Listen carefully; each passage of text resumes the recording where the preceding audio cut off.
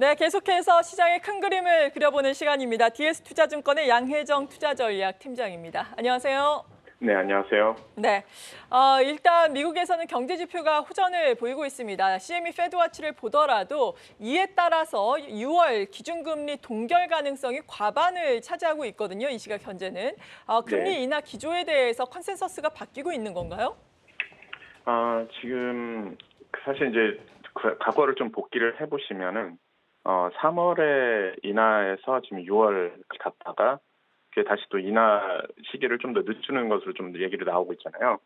근데 저희 시각에서는 그 데이터상으로 봤을 때, 그러니까 6월 FOMC에서는 5월 정도까지밖에 CPI 데이터 확인이 안 돼요. 그러다 보니 아마 한 번 더 확인하고 가지 않을까 저희는 그렇게 보고 있고, 그러면 7월 정도. 근데 또 7월 인하를 안 하면 2월이나 이쪽으로 넘어가거든요. 그러면 연말에 인하를 해봤자 폭이 그렇게 크지 않고 효과도 크지 않고, 예, 그렇기 때문에 페드 입장에서는 7월 정도에는 한 번 정도 인하해 줄 가능성은 저희는 높다고 판단을 하고는 있습니다.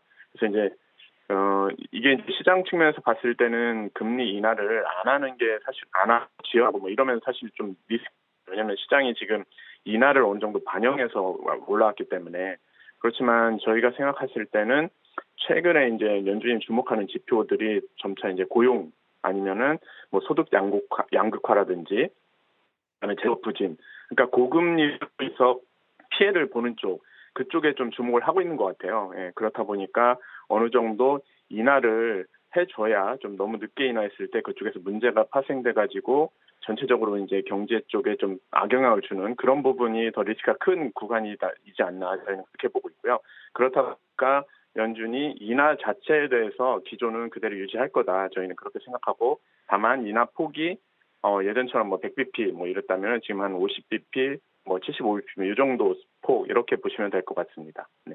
네, 올해 연내에 미국에서는 금리 인하 기조는 이어질 수 있겠지만 그래도 그 폭은 좀 줄어들 수 있겠다라고 말씀을 해주셨습니다.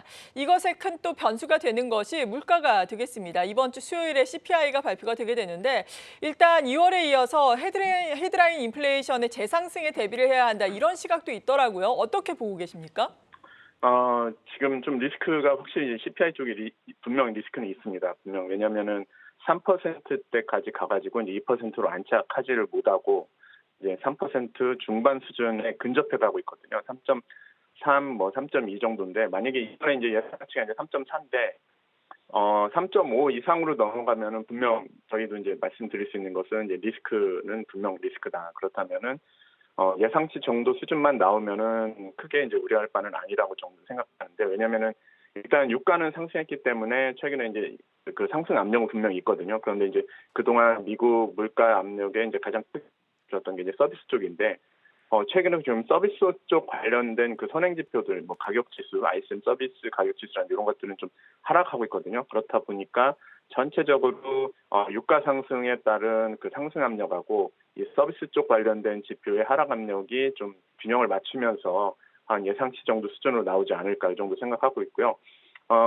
시장이 사실 보면은 4월이나 뭐 이런 쪽에서 약간 조정을 보면서 좀 리스크 대응을 하시는 그런 시각들이 많이 있거든요. 그렇다면은 지금 시점에서 사실 유가 리스크는 이란과 이제 이스라엘 전쟁 이 부분이 이제 최근에 좀 외신에서 많이 나오고 있기 때문에 그 부분에 대한 리스크도 사실 좀 관리를 해야 되기 때문에 지금은 그런 부분에 대한 어떤 조심성 이런 부분만 주의한다면 인플레이션 수준 자체는 뭐 올라가거나 그러지는 않을 것 같다 정도 그렇게 말씀드리겠습니다.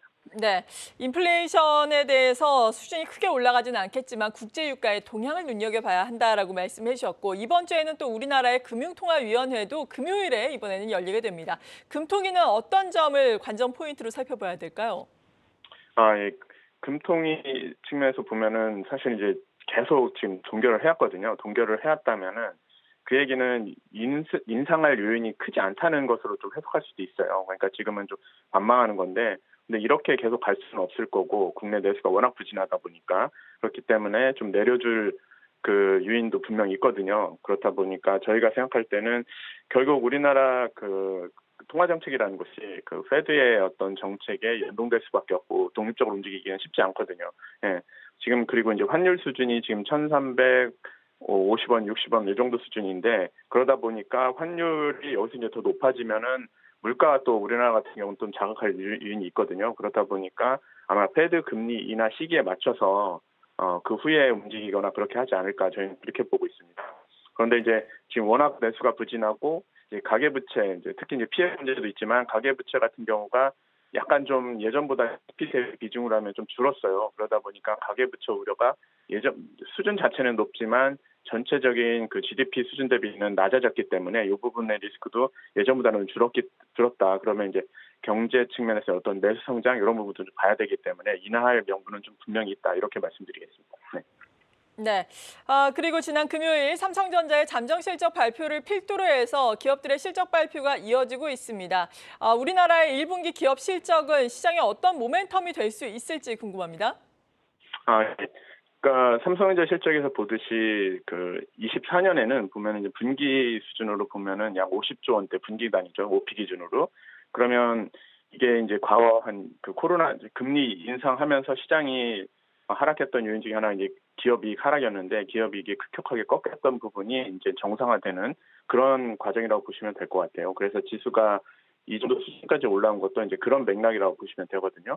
그런데 이제 최근에 보면은 이게 이제 여기서 더 높아지려면은 뭔가 이제 성장 쪽이나 이런 쪽이 더 나와야 되는데 지금 보면은 일단 올해 그 원가단 매출을 반영하는 PPI는 안정을 찾고 있거든요. 그렇다면은 전체적으로 보면은 올해 마진 그다음에 이제 영업이익 증가율이 이제 그 매출보다 이제 높게 나오는 그런 이게 어떤 내부적 효과 이런 부분은 24년을 기점으로 해서 좀 나타날 것 같다 정도 말씀드리는데 다만 이제 문제가 그 기업이익 모멘텀이 약간 좀 반도체 그다음에 이제 조선 같은 경우 그다음에 유틸리티 이제 흑전 뭐 이런 쪽으로 화장품 소수 업종으로 약간 쏠려 있다는 부분입니다. 이런 부분 때문에 사실 전체적으로 시장을 끄는 동력이 좀 약하지 않나.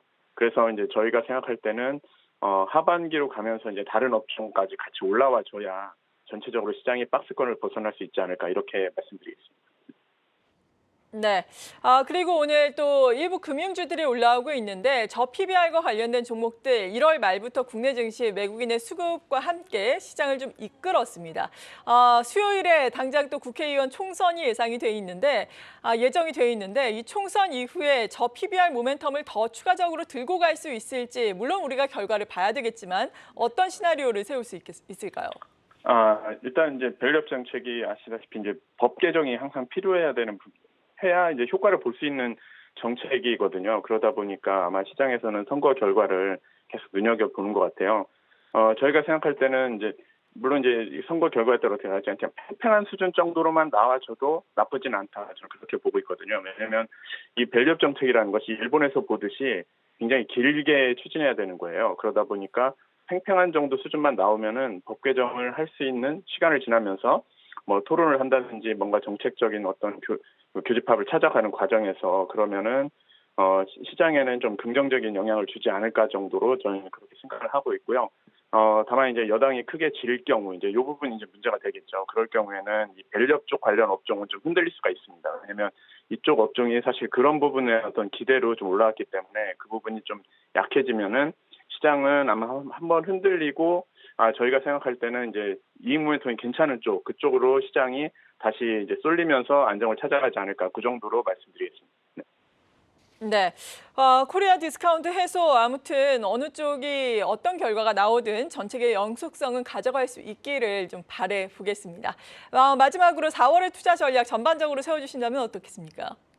네, 4월은 이제 계절적으로 뭐 이렇게 아시겠지만 아마 주식 투자를 오래 하신 분들은 좀 아시겠지만 4월은 약간 좀 부진한 구간이 보면은 왜냐면 1분기는 기대감으로 좀 상승을 하고 보면 2분기 들어와서 약간 연간으로 이익 흐름이 어떨지 그다음에 어떤 차익 실현 이런 부분이 항상 반영되는 시기거든요.